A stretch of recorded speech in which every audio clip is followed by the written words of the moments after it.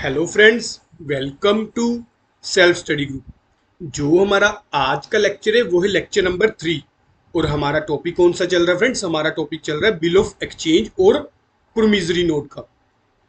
वैसे तो हमने फ्रेंड्स अपने प्रीवियस 2 लेक्चर्स में इसकी थ्योरी कर ली थी, पर मेरे को लगा कहीं इसकी यानी कि थ्योरी आपकी कंप्लीट होगी जब मैंने आप बाद में इसके चैप्टर को रिव्यू किया सारे के सारे को। इसके कुछ कुछ टॉपिक बचे हुए थे।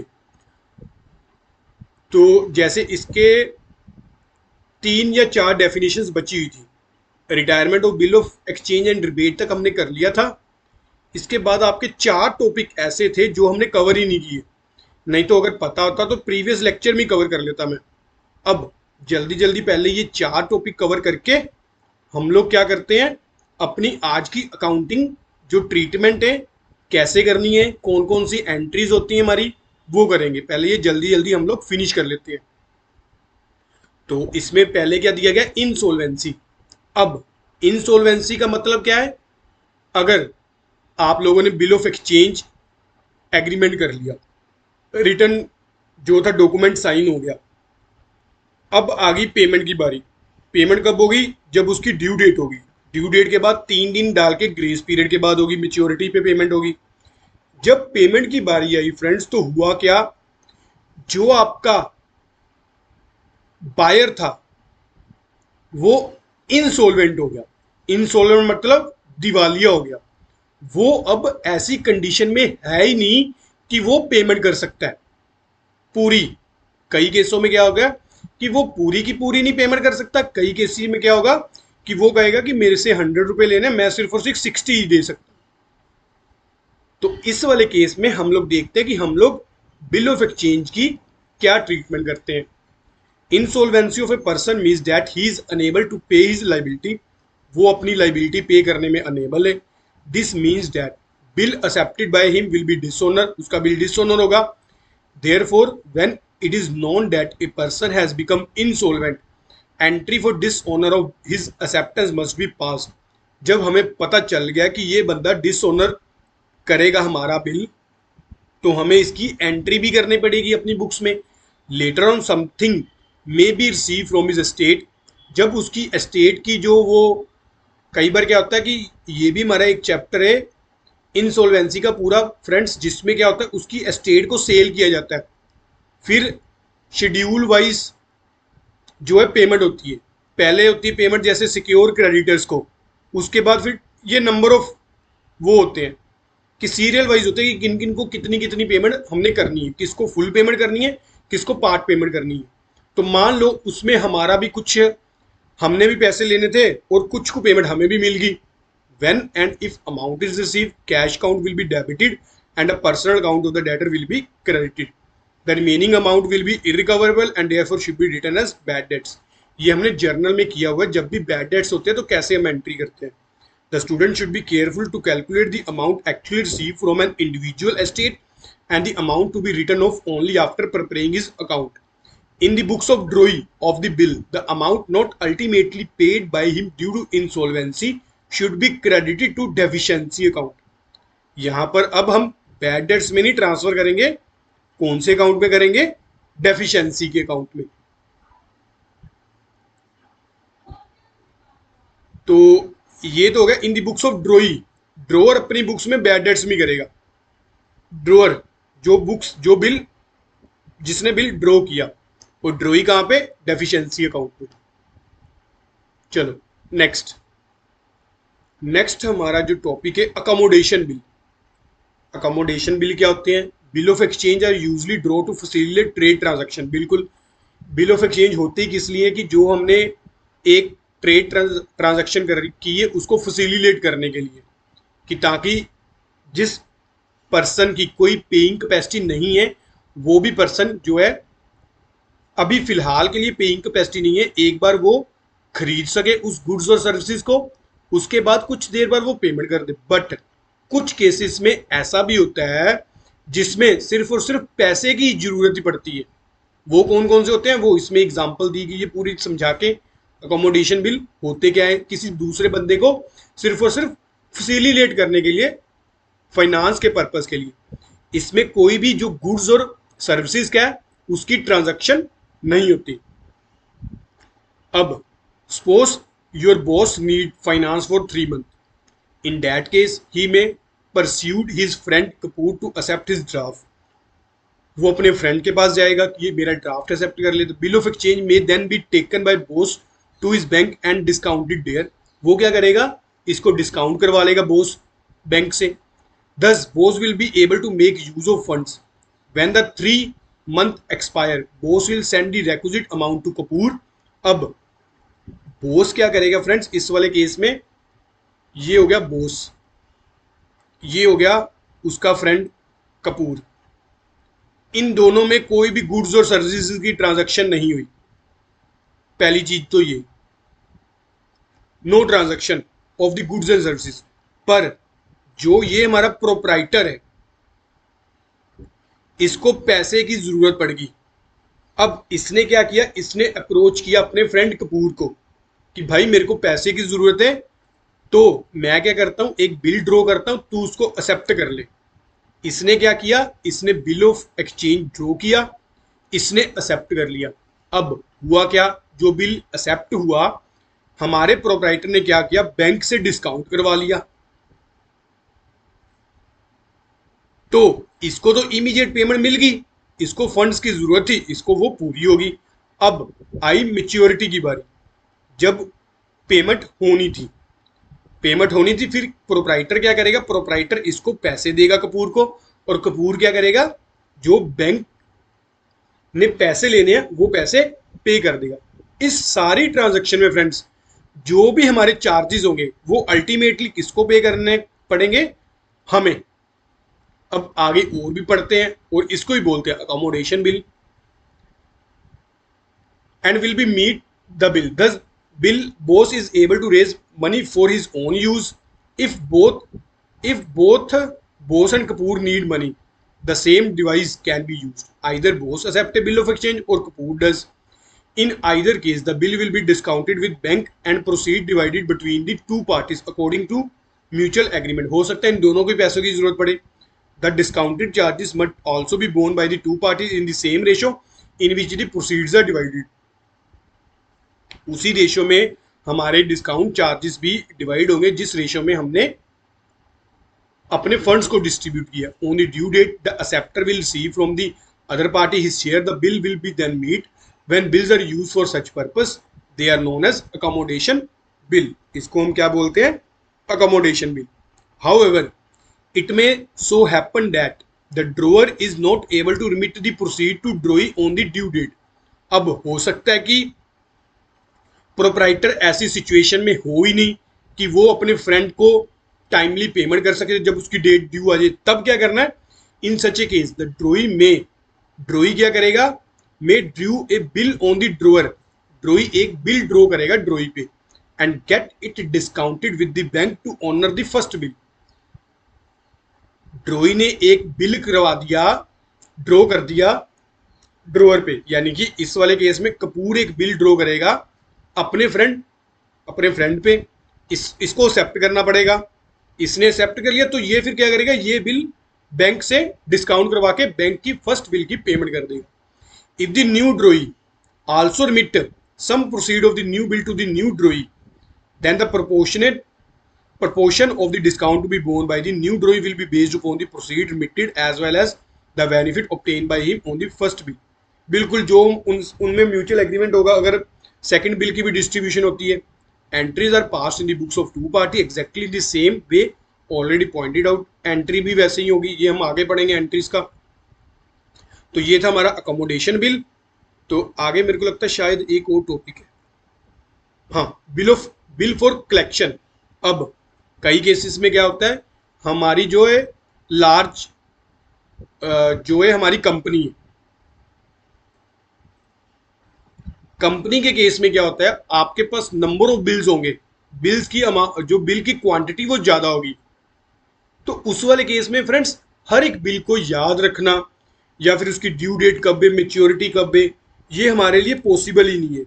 तो कंपनी क्या करती है फ्रेंड्स, इस वाले केस में बैंक की ड्यूटी लगा लेती है कि भाई जब भी इस बिल की ड्यू डेट आएगी तुम लोग इसको हमारे अकाउंट में क्रेडिट कर देना।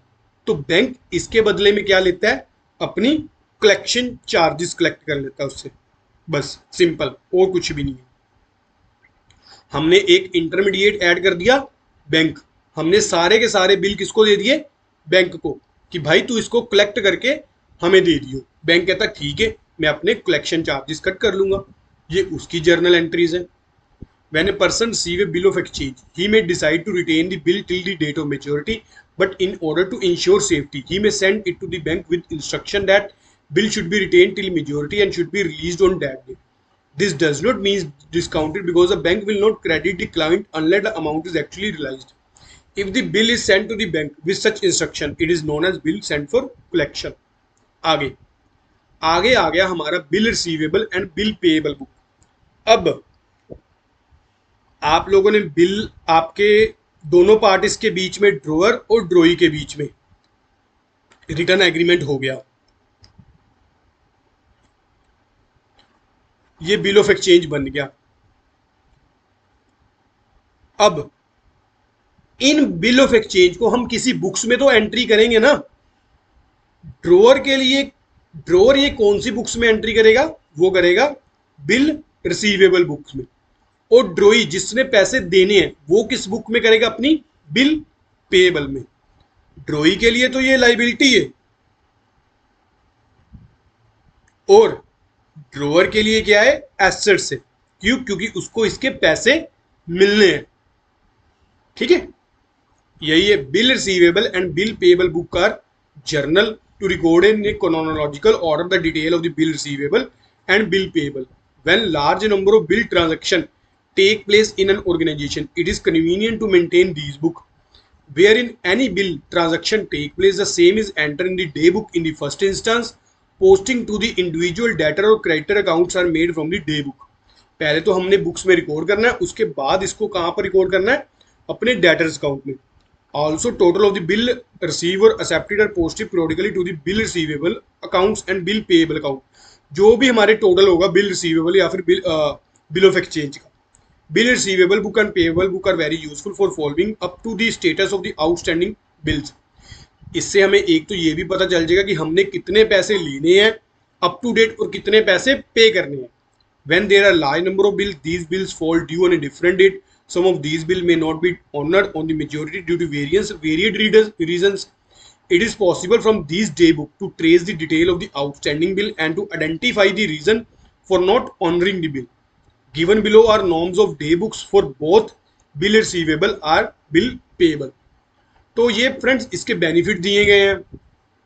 इससे क्या होगा, एक तो हमें पता चल जाएगा कि जो है हमारी आउटस्टैंडिंग अमाउंट कितनी है, एक तो हमें ये पता चल जाएगा। दूसरा पता चल जाएगा कि कौन से बिल की ड्यू डेट कब है, कितने हमने मेच्योरिटी में डाल के कितने दिन ग्रेस डाल के इसकी मेच्योरिटी कब होगी एक्चुअल में, सारा कुछ।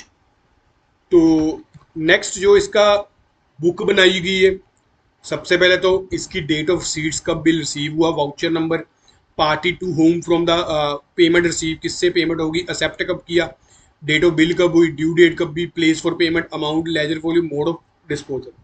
तो सेम ही आपका बिल पेएबल के कॉलम में। चलो, अब ये तो हो गया थ्योरी का पोर्शन, तो फ्रेंड्स आज फिनिश हो गया। अब जल्दी जल्दी से, क्योंकि आज मेरा टारगेट था आप लोगों को एंट्रीज करवाना, बट क्योंकि प्रीवियस लेक्चर में मेरे को लगा शायद आपका कंप्लीट हो गया है, तो नहीं तो मैंने इसको प्रीवियस में कवर कर लेना था, अगर मेरे को पता होता कि 4 टॉपिक अभी भी आपके पड़े हैं बिल ऑफ एक्सचेंज में फर्दर। तो सबसे पहले तो फ्रेंड्स हम लोग करते हैं जर्नल एंट्रीज। अब ये चीज आप जरूर ध्यान से देना, क्योंकि सारा का सारा चैप्टर हमारा जर्नल पे बेस है। अब बिल ऑफ एक्सचेंज की जर्नल एंट्रीज, मान लो आप लोगों ने कोई सेल की क्रेडिट पे, तभी तो बिल ऑफ एक्सचेंज होगा ना। दूसरे बंदे ने परचेज की, तो सबसे पहले तो हम एक मान लेते हैं एक्स और वाई हो गए। एक्स हमारा हो गया सेलर, वाई हमारा हो गया बायर। और क्या बोलेंगे, एक्स हो गया ड्रोअर और वाई हो गया ड्रोई और एक्सेप्टर। ठीक है, राइट डाउन करते रहना आप साथ साथ। अब पहली ट्रांजैक्शन हुई friends, when X sold goods to Y. अब एक्स ने गुड्स बेची वाई को, इधर आ गई ड्रोई की बुक्स, इधर आ गई, सॉरी, ड्रोअर की बुक्स इधर करते हैं और ड्रोई की दूसरी साइड करते हैं। इधर आ गया हमारा ड्रोअर जो बिल ड्रॉ करेगा, इधर आ गया ड्रोई जो उसको, या फिर एक्सेप्टर। अब जो हमारी क्रेडिट सेल की एंट्री होती है वो क्या होती है फ्रेंड्स? सेल क्या होती है? सेल इनकम होती है। इनकम अगर होगी तो क्या करेंगे? क्रेडिट करेंगे टू सेल्स अकाउंट। और डेबिट किसको करेंगे? डेबिट करेंगे वाई के अकाउंट। हमारी एंट्री क्या होगी? X account debit to sales account. इसमें कौन सा प्रिंसिपल लग गया? नॉमिनल अकाउंट का। इसमें कौन सा प्रिंसिपल लग गया? पर्सनल अकाउंट का। पर्सनल अकाउंट का प्रिंसिपल क्या है आपका? Debit the receiver, credit the giver. Receiver कौन है इसमें? वाई। ये पर्सनल अकाउंट और ये आपका नॉमिनल अकाउंट। अब ड्रोई अपनी बुक्स में क्या करेगा? ड्रोई ने परचेज की, परचेज की तो क्या एंट्री होगी? Purchases account debit. इसके लिए तो एक्सपेंस हो गया ना, टू एक्स अकाउंट। परचेजेज क्या है? नॉमिनल अकाउंट है। डेबिट ऑल दी एक्सपेंस, इसने अपनी बुक्स में एक्सपेंस को डेबिट कर दिया। आगे एक्स, ये क्या है? पर्सनल अकाउंट है। प्रिंसिपल वही लगेगा, debit the receiver, credit the giver. यहां पर गिवर कौन है? एक्स से, तो अपनी बुक्स में वो लाइबिलिटी शो करेगा। अब ये तो होगी जब हम करेंगे गुड्स की ट्रांजैक्शन, जब हमारे बीच में, दोनों के बीच में सेल हुई एक्स और वाई के बीच में। ठीक है, नेक्स्ट नेक्स्ट इसमें फ्रेंड्स क्या ट्रांजैक्शन होगी? और when X receive a bill duly accepted by Y. जब एक्स को बिल रिसीव होगा, वो भी कौन सा बिल रिसीव होगा? जो उसने, जो वाई ने एक्सेप्ट किया। सबसे पहले तो फ्रेंड्स एक चीज यहां पे और ध्यान से, अगर आप लोगों ने थ्योरी में ध्यान से सुना होगा, कोई भी बिल जो हमारा वैलिड कब होगा? जब तक ड्रोअर की, ड्रोई की हमें एक्सेप्टेंस नहीं मिल जाती। जैसे ही हमें ड्रोई की एक्सेप्टेंस मिलेगी तब वो बिल जाके वैलिड बनेगा, उससे पहले वो बिल वैलिड ही नहीं होगा। तो जब ये बिल वैलिड होगा तभी जाके इसकी हम जर्नल एंट्री करेंगे ना अपनी बुक्स में, उससे पहले तो जर्नल एंट्री भी नहीं कर सकते। तो अब वाई ने एक्सेप्ट कर लिया, एक्स ने बिल भेजा वाई के पास, वाई ने एक्सेप्ट करके वापस भेज दिया। अब पहले क्या ट्रांजैक्शन थी? पहले ड्रोअर ने, हमारे एक्स ने वाई को एज ए डेटर शो किया हुआ था अपनी बुक्स में। अब एक्स क्या करेगा? अब एक्स अपनी बुक्स में क्या करेगा? Bill receivable account debit to Y account. वो क्या करेगा? इस वाई के अकाउंट को जितने से डेबिट किया उतने से सेम अमाउंट से क्रेडिट करके वाई का जो पर्सनल अकाउंट है वो बंद हो जाएगा और उसकी जगह कौन सा अकाउंट ओपन हो जाएगा? Bill receivable. और ये भी बिल रिसीवेबल हमारा क्या है? एसेट्स है। अब इसका मतलब क्या होगा कि हमें फ्यूचर में पेमेंट्स रिसीव होंगी। नेक्स्ट जाके देखेंगे कि अगर ये बिल डिसऑनर हो जाएगा। दूसरी तरफ हमारा ड्रोई की एंट्री करेगा, इसने पैसे देने थे, लाइबिलिटी थी, क्रेडिट किया था, अब इसने डिस्चार्ज कर दी। एक्स अकाउंट डेबिट, कैसे डिस्चार्ज की? बिल पेएबल करके, साइन करके, क्योंकि जो इसके लिए रिसीवेबल होगा इसके लिए तो पेएबल होगा ना। और जो ये पेएबल होगा ये कहां पर शो करेगा? अपनी लाइबिलिटी साइड में, कि मैंने ये पेमेंट करनी है फ्यूचर में, ये उसको एज ए लाइबिलिटी शो करेगा। जब ये पेमेंट कर देगा तो बस ये लाइबिलिटी फिनिश हो जाएगी। यहां पर फ्रेंड्स एक चीज और, जो ये हमारा बिल रिसीवेबल है ये हमारा कौन सा अकाउंट है? रियल अकाउंट से। और बिल पेएबल कौन सा अकाउंट है? रियल अकाउंट है। इसमें रियल अकाउंट वाला प्रिंसिपल लगेगा। कौन सा? Debit what's come in, credit what goes out. हमारे पास क्या आया? हमारे पास बिल आया। किससे आया? वाई से। तो हमारे पास से क्या लाइबिलिटी रेज हुई? बिल पेएबल की लाइबिलिटी रेज हुई। ठीक है, नेक्स्ट। अब अब ये दोनों एंट्री होगी। अब तीसरी entry,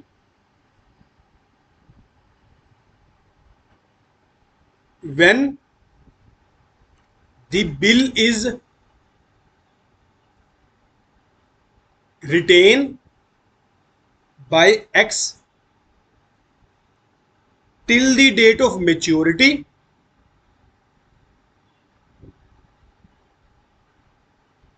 and Y pay the amount of bill on maturity। अब हुआ क्या? X ने मेच्योरिटी तक बिल संभाल के रखा, वाई ने पेमेंट कर दी। इस वाले केस में क्या जर्नल एंट्री होगी? Bank account debit. हमारे पास पैसे आ जाएंगे किसके अगेंस्ट? जो हमारा था बिल रिसीवेबल। अब ड्रोअर अपने अकाउंट में क्या एंट्री करेगा? मेरा अकाउंट एसेट से एक तरफ बिल रिसीवेबल खत्म हो जाएगा, दूसरी तरफ बैंक अकाउंट हमारा क्या हो जाएगा? डेबिट हो जाएगा। अगर डेबिट हुआ बैंक अकाउंट, तो ये हमारा क्या है? कौन सा अकाउंट है? आप लोग कमेंट सेक्शन में बताओ कि बैंक हमारा कौन सा अकाउंट है।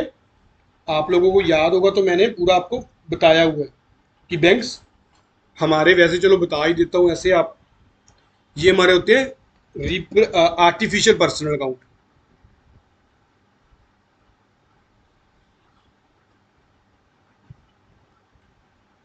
इसका प्रिंसिपल क्या है? Debit the receiver, credit the giver.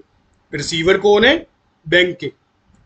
और दूसरी तरफ वाई क्या एंट्री करेगा? वाई बिल पेएबल को, जो उसकी लाइबिलिटी थी बिल पेएबल, उसको डिस्चार्ज करेगा अकाउंट को डेबिट करके। और क्या करेगा? बैंक अकाउंट, क्योंकि उसके बैंक से पेमेंट जाएगी ना। एक तरफ से लाइबिलिटी खत्म होगी, एक तरफ से एसेट भी रिड्यूस होगी, तो बैलेंस शीट ऑटोमेटिकली मैच करेगी। नेक्स्ट नेक्स्ट केस होगा फ्रेंड्स, ये तो था नॉर्मल केस। आप लोगों ने सेल की, बिल एक्सेप्ट हो गया, लास्ट में फाइनल पेमेंट होगी। अब जब, अभी ये लास्ट नहीं हुआ, ये थर्ड एंट्री से पहले क्या हुआ? When x discount the bill from the bank. X ने क्या किया? एक्स ने बिल को डिस्काउंट करवा लिया। किससे? बैंक से, मेच्योरिटी से पहले ही। अब ये थर्ड वाली एंट्री तो नहीं है। अब 2 नंबर पे जो एंट्री करवाई है उससे रिलेटेड है ये सारी, सीधी की सीधी। हमारे पास क्या था? Bill receivable. हमने किसको रेस किया हुआ था? आगे अकाउंट को क्रेडिट किया था वाई के अकाउंट को। अब हुआ क्या? हमने बैंक से डिस्काउंट करवा लिया, हमें पेमेंट रिसीव होगी, बैंक अकाउंट डेबिट। बैंक ने डिस्काउंट कट कर लिया, discounting charges account debit. Nominal account है, खर्चा है। और बैंक को हमने क्या दे दिया? बैंक को हमने अपना बिल रिसीवेबल दे दिया कि भाई ये तू हमारा बिल रिसीवेबल रख ले, 3 महीने बाद भाई पेमेंट करेगा, वो पेमेंट तू रिसीव कर ली। बैंक कहता ठीक है।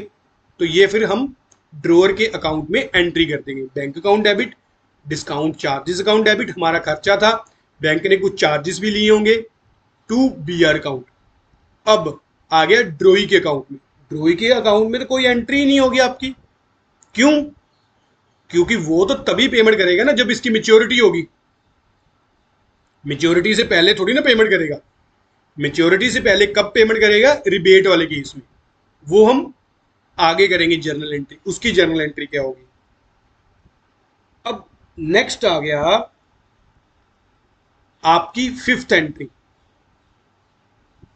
When Y pay the amount of the bill on the due date. अब हुआ क्या, ड्यू डेट पे वाई ने जो थी पेमेंट कर दी। क्या ड्यू डेट पे ड्रोई के अकाउंट में कोई एंट्री होगी? नहीं। क्यों? क्योंकि ड्यू डेट में एंट्री सीधा का सीधा किससे होगी? बैंक से। हमारा पेई कौन है? बैंक के। क्यों? क्योंकि हमने जो ये बीआर था फ्रेंड्स, ये किसको दे दिया? बैंक को दे दिया। मोर ओवर यहां पे भी देखो, यहां पे हमने एक्स को डेबिट किया, यहाँ पे एक्स सॉरी वाई को डेबिट किया, यहाँ पे वाई के डेबिट को खत्म कर दिया। वाई खत्म हो गया वाई के अकाउंट। उसके अगेंस्ट किसको डेबिट कर दिया? Bill receivable. यानी कि हमारे पास अब क्या, कौन सा अकाउंट ओपन है? Bill receivable. अब यहाँ पे भी हमने बिल रिसीवेबल को क्रेडिट करके बिल रिसीवेबल अकाउंट भी क्लोज कर दिया। अब हमारे पास को कुछ है नहीं ना, हमने बीआर किसको दे दिया? अपने बैंक को दे दिया। अब जब भी इसकी मेच्योरिटी डेट आएगी, बैंक क्या करेगा? इस बीआर के अगेंस्ट में पेमेंट रिसीव कर लेगा वाई से। अब वाई एंट्री करेगा अपनी बुक्स में क्या? वाई बिल पेएबल को खत्म करेगा, जो उसकी लाइबिलिटी थी टू बैंक का। वाई इस बिल पेएबल के अगेंस्ट में पेमेंट करेगा। जिसके पास ये बीआर होगा उसको पेमेंट हो जाएगी। यहाँ पे फ्रेंड्स बस थोड़ा सा चार्जर लगाने लग गया था, तो हम आगे कंटिन्यू करते हैं। क्या था? Journal entry when Y pay the amount of the bill on the due date. जब वाई बिल को ड्यू डेट पे पे कर देगा तो एंट्री क्या होगी? वो अपने बिल पेएबल को खत्म कर देगा और उसके बैंक अकाउंट से क्या हो जाएगी? पेमेंट हो जाएगी। ठीक है, चलो नेक्स्ट। अब नेक्स्ट क्या हो सकता है? और केस, एक केस कर लिया हमने कि जब ये फ्रेंड्स आप सारे केस नोट करते रहना, ठीक है?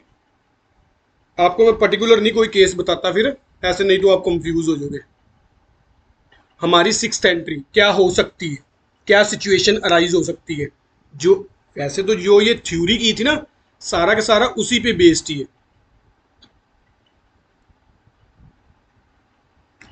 If x endorse a bill in favour of Z. अब क्या हुआ? एक्स ने जो उसके पास बिल था एक्सेप्ट किया था वाई ने, उसने आगे एंडोर्स कर दिया किसको? जेड को। अब इस वाले केस में क्या होगा? जेड ने एक्स ने जेड के पैसे देने होंगे। जेड क्या होगा? एक्स के लिए उसकी लाइबिलिटी क्रेडिटर होगा। लाइबिलिटी होगी तो बैलेंस क्या होगा? क्रेडिट होगा। अब जेड का अकाउंट खत्म करना है तो उसको क्या करेंगे? डेबिट करेंगे। तो ड्रोअर अपने अकाउंट में क्या एंट्री करेगा? Z account debit to BR account. उसको ये बिल दे दिया, जो हमारा एसेट्स था वो उसको ट्रांसफर कर दिया। ये तो होगी हमारी ड्रोअर की अकाउंट में। अब आ गया ड्रोई की बारी कि ड्रोई अपने अकाउंट्स में क्या एंट्री करेगा इस इंडोर्समेंट की। तो फ्रेंड्स ड्रोई के अकाउंट में कोई भी एंट्री नहीं होगी इसके रिगार्डिंग। ड्रोई थोड़ी ना कोई एंट्री करेगा, वो तो एक्स ने जेड को एंडोर्स किया ना, वाई का तो कोई रोल नहीं है बीच में, तो इस वाले केस में नो एंट्री। पर जेड अपनी बुक्स में क्या एंट्री करेगा? क्योंकि जेड के पास अब बिल रिसीवेबल चला गया, तो वो उसके लिए क्या हो गया? बीआर एक एसेट्स हो गया। तो BR account debit to X account. X से उसने पहले पैसे लेने थे, उसका पहले बैलेंस था डेबिट, अब एक्स को क्या कर देगा? एक्स को अब क्रेडिट करके एक्स का अकाउंट खत्म कर देगा। अब आ गई नेक्स्ट एंट्री, एंडोर्समेंट भी होगी। अब Y pay the amount of the bill on due date. Y ने क्या किया? जब उसकी बिल की ड्यू डेट आई तो पेमेंट कर दी। अब क्या हमारे एक्स के अकाउंट में एंट्री होगी? नहीं होगी। क्यों? क्योंकि एक्स के पास तो अब कोई बिल ही नहीं है। एक्स के अकाउंट में थोड़ी ना कोई एंट्री होगी। एक्स हमारा ड्रोअर, वाई, वाई के अकाउंट में क्या होगी? वाई के अकाउंट में जो बिल पेएबल था उसको डिस्चार्ज कर देगा bill payable account debit to bank account. Z के अकाउंट में जेड को पेमेंट मिल जाएगी, bank account debit to bill receivable account. ठीक है, नेक्स्ट। अब और केस क्या हो सकता है? अगर मान लो एक्स ने भेज दिया बिल को, when bill is sent for collection, x ने बिल को सेंड कर दिया कलेक्शन के लिए, एंट्री क्या होगी? अब बिल रिसीवेबल तो हमारे से चला गया, हम कौन सा अकाउंट ओपन करेंगे? Bill sent for collection account debit to bill receivable account. ये करेगा एक्स अपने अकाउंट्स में बुक, जबकि वाई के केस में नो एंट्री, वाई थोड़ी ना इस कलेक्शन की एंट्री करेगा। अब हुआ क्या? जब इसकी ड्यू डेट आई, on the due date, when intimation of actual realisation of the bill is receive from bank, जब बैंक से एक्चुअल रियलाइजेशन की हमें इंटीमेशन रिसीव हुई, अब एक्स के अपने अकाउंट्स में एंट्री करेगा बैंक अकाउंट डेबिट, और जो उसने न्यू अकाउंट ओपन किया था उसको क्लोज कर देगा, bills sent for collection account. और दूसरी तरफ वाई क्या एंट्री करेगा? Bill payable account debit to bank account. ठीक है, चलो नेक्स्ट। नेक्स्ट और क्या केस हो सकता है आगे? ये हमारी होगी 10 number. If Y retire his acceptance before the due date. अब वाई कह रहा है मेरे पास सरप्लस फंड है, एक्स को कह रहा है कि तेरे मैं पैसे पहले ही पे कर देता हूं, तो तू मेरे को रिबेट दे दे। तो नेचुरली है, एक्स कहेगा ठीक है। अगर मान लो कोई पेमेंट आपको 3 महीने बाद मिलेगी, अगर 1 महीने बाद ही आपको आज रिसीव हो रही है, तो आप नेचुरली कहोगे कि हाँ भाई तू थोड़े से पैसे काट ले और मेरे को आज ही सारी पेमेंट दे दे। तो इस वाले केस में क्या करेगा? एक्स के अकाउंट में कौन कौन सी एंट्री होगी? बैंक अकाउंट डेबिट, एक्स को पेमेंट रिसीव होगी, और रिबेट पे करेगा, जो रिबेट एक्स के लिए क्या होगा? एक्सपेंस होगा। Rebate on bill account debit to bill receivable account. दूसरी तरफ वाई क्या एंट्री करेगा? Bill payable account debit to bank account to rebate on bill account. इसके लिए रिबेट हो गया एक्सपेंस, और वाई के लिए रिबेट क्या हो गया? इनकम। ठीक है, चलो बहुत इजी चैप्टर है, इसकी जर्नल एंट्री भी बहुत इजी है, बस एक बार आपको कंसेप्ट आने की देर है। अब आगे आगे डिसओनर की एंट्री। अगर मान लो किसी भी स्टेज में डिसओनर हो जाए, फिर हम क्या एंट्री करेंगे वो भी देख लेते हैं। तो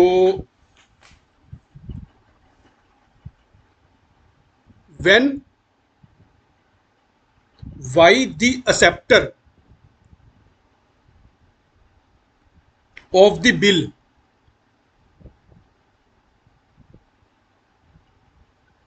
dishonour the bill on due date. अगर मान लो वाई जो एक्सेप्टर किया था, जिसने बिल को एक्सेप्ट किया था, वो ड्यू डेट पे बिल को डिसऑनर कर देता है, अब फिर क्या करेंगे? अब जो हमारी फ्रेंड्स ये एक्सेप्टेंस की एंट्री थी, ये सेकंड नंबर थी, मेरे को ध्यान है, ये वाली जहां पर बिल हमारा एक्सेप्ट हुआ था, ये क्या हो जाएगी? ये रिवर्स हो जाएगी। ये लो, हमने फिर से किसका अकाउंट ओपन कर लिया, एक्स का। एक्स अपनी, 2 मिनट रुको, एक्स अपनी बुक्स में करेगा entry Y account debit to bill receivable account, ये तो हो गया ड्रोअर का अकाउंट। और दूसरी तरफ वाई क्या एंट्री करेगा, वाई करेगा bill payable account debit to X account. ठीक है, नेक्स्ट। अब हुआ क्या, व्हेन एक्स, अब डिसऑनर हो गया तो नोटिंग चार्जेस भी पे करने पड़ेंगे ना। व्हेन एक्स पे नोटिंग चार्जेस, आपको बताया था कि नोटरी पब्लिक हम यहां पर हायर करते हैं, तो उसको फिर नोटिंग चार्जेस कौन पे करेगा। अगर तो एक्स मान लो पे कर रहा है नोटिंग चार्जेस, तो एंट्री क्या होगी। अब अल्टीमेटली फ्रेंड्स, ये एक्स ने नोटिंग चार्जेस लेने हैं वाई से, तो फिर वाई को वो डेबिट करेगा, Y account debit to cash account. और वाई अपने अकाउंट्स में क्या एंट्री करेगा, नोटिंग चार्जेस अकाउंट डेबिट, क्योंकि उसने ये चार्जेस पे करने हैं। किसको पे करने हैं, एक्स को। ये तो हो गया हमारा वाई का नॉमिनल अकाउंट, उसका एक्सपेंस हो गया, और ये पर्सनल अकाउंट, उसकी लाइबिलिटी बन गई एक्स को पे करने में। हो सकता है वो फ्यूचर में पे करे बिल की अमाउंट के साथ।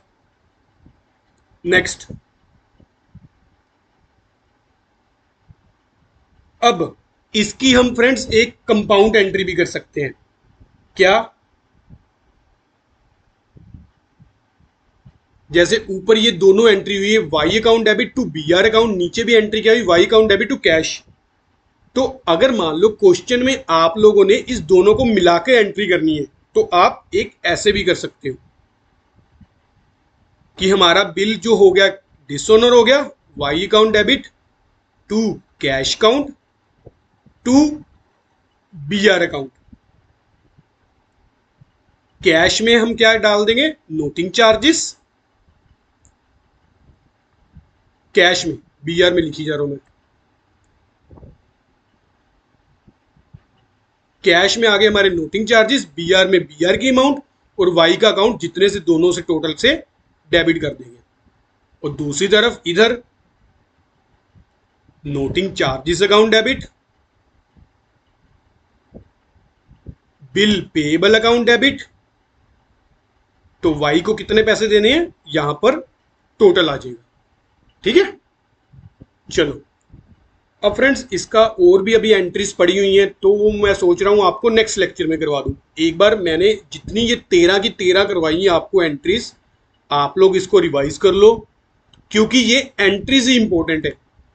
इन एंट्री के बाहर आपको कोई भी क्वेश्चन नहीं आएगा, तो आपके लिए ये फिर एंट्री इंपॉर्टेंट हो जाती है। ये ना कोई एग्जाम में इस बार वो पूछ ले कि एंट्रीज बताओ, कि एंट्रीज क्या क्या होती है, कि कौन कौन सी हो सकती है एंट्री। अगर मान लो उसने ऐसे क्वेश्चन में डाल दिया कि ड्रोअर और ड्रॉई की कौन कौन सी एंट्री हो सकती है, और वो भी डाल दिया 10 या 15 मार्क्स में, तो आपको फिर सारी एंट्री एक एक करके बतानी पड़ेगी क्वेश्चन में सोल्व करके, कि अगर ये वाला केस हो तो ये एंट्री होगी, ये वाला केस हो तो ये एंट्री होगी। तो आप लोग एक बार इसको अच्छे से दोबारा से रिवाइज कर लो, इस पे कौन कौन से प्रिंसिपल लग रहे हैं वो देख लो। जो हमारे 3 प्रिंसिपल थे, रियल अकाउंट, नॉमिनल अकाउंट और पर्सनल अकाउंट, ये जो भी हम अकाउंट ओपन किए हैं इसको आइडेंटिफाई करो कि क्या ये हमारे रियल अकाउंट है, नॉमिनल अकाउंट है या फिर पर्सनल अकाउंट है। उसके अकॉर्डिंग आप जर्नल एंट्रीज का चैप्टर आपको याद है 9 नंबर चैप्टर, अगर आपको जर्नल अच्छे से आता है तो ये भी चैप्टर आपके लिए ईजी है। मैंने फर्स्ट डे से ही बोला था, जिसको जर्नल आ गया उसके लिए अकाउंटिंग डिफिकल्ट है ही नहीं। जिसने जर्नल नहीं अच्छे से किया उसके लिए अकाउंटिंग जो वो बहुत ही डिफिकल्ट है। इसलिए जर्नल का आप लोगों ने अगर ध्यान दिया होगा तो उसके चैप्टर भी काफ़ी थे, हमारे लेक्चर भी काफ़ी थे, क्योंकि वो मैंने डिटेल से एक एक क्वेश्चन को सोल्व किया था। वैसे क्वेश्चन तो सभी चैप्टर के सोल्व किए हैं, पर उस पर फोकस ज़्यादा था मेरा। तो आज का लेक्चर फिर यहीं तक की। अगर आपका कोई भी डाउट है मेरे को selfstudy.group@yahoo.com पे मेल कर दो, चाहे कमेंट सेक्शन में लिख दो। तो अगर आपको लेक्चर अच्छा लगा हो तो लाइक जरूर करना और चैनल को सब्सक्राइब भी जरूर करना, और मैक्सिमम से मैक्सिमम अपने फ्रेंड्स के साथ शेयर किया करो। Thank you for watching friends.